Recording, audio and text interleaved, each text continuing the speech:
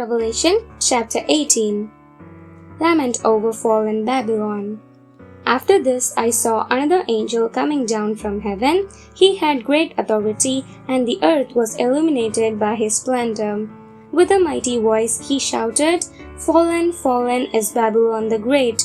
She has become a dwelling for demons, and a haunt for every impure spirit, a haunt for every unclean bird, a haunt for every unclean and detestable animal, for all the nations have drunk the maddening wine of her adulteries. The kings of the earth committed adultery with her, and the merchants of the earth grew rich from her excessive luxuries." Warning to escape Babylon's judgment. Then I heard another voice from heaven say, "Come out of her, my people, so that you will not share in her sins, so that you will not receive any of her plagues. For her sins are piled up to heaven, and God has remembered her crimes. Give back to her as she has given, pay her back double for what she has done. Pour her a double portion from her own cup. Give her as much torment and grief as the glory and luxury she gave herself.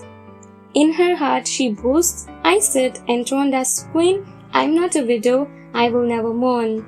Therefore, in one day her plagues will overtake her, death, mourning, and famine. She will be consumed by fire, for mighty is the Lord God who judges her." Threefold woe over Babylon's fall. When the kings of the earth who committed adultery with her and shared her luxury see the smoke of her burning, they will weep and mourn over her. Terrified at her torment, they will stand far off and cry, "Woe, woe to you, great city, you mighty city of Babylon! In 1 hour your doom has come." The merchants of the earth will weep and mourn over her, because no one buys their cargoes anymore, cargoes of gold, silver, precious stones and pearls, fine linen, purple, silk and scarlet cloth, every sort of citron wood, and articles of every kind made of ivory, costly wood, bronze, iron and marble, cargoes of cinnamon and spice, of incense, myrrh and frankincense, of wine and olive oil, of fine flour and wheat, cattle and sheep, horses and carriages, and human beings sold as slaves. They will say, "The fruit you longed for is gone from you. All your luxury and splendor have vanished, never to be recovered."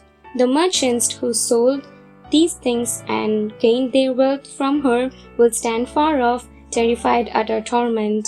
They will weep and mourn and cry out, "Oh, woe to you, great city, dressed in fine linen, purple and scarlet, and glittering with gold, precious stones, and pearls. In 1 hour, such great wealth has been brought to ruin."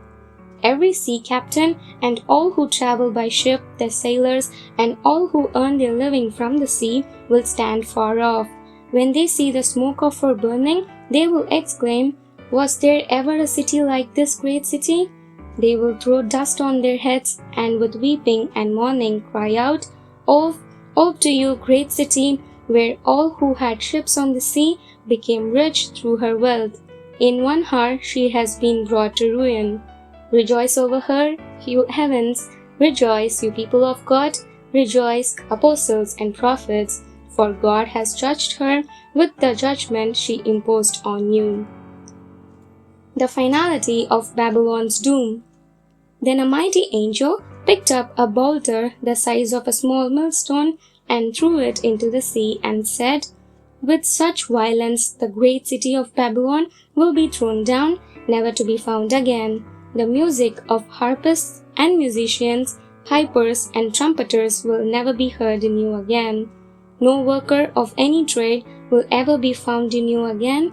The sound of a millstone will never be heard in you again. The light of a lamp will never shine in you again. The voice of bridegroom and bride will never be heard in you again. Your merchants were the world's important people. By your magic spell, all the nations were led astray. In her was found the blood of prophets and of God's holy people, of all who have been slaughtered on the earth." To be continued. Thank you so much for watching.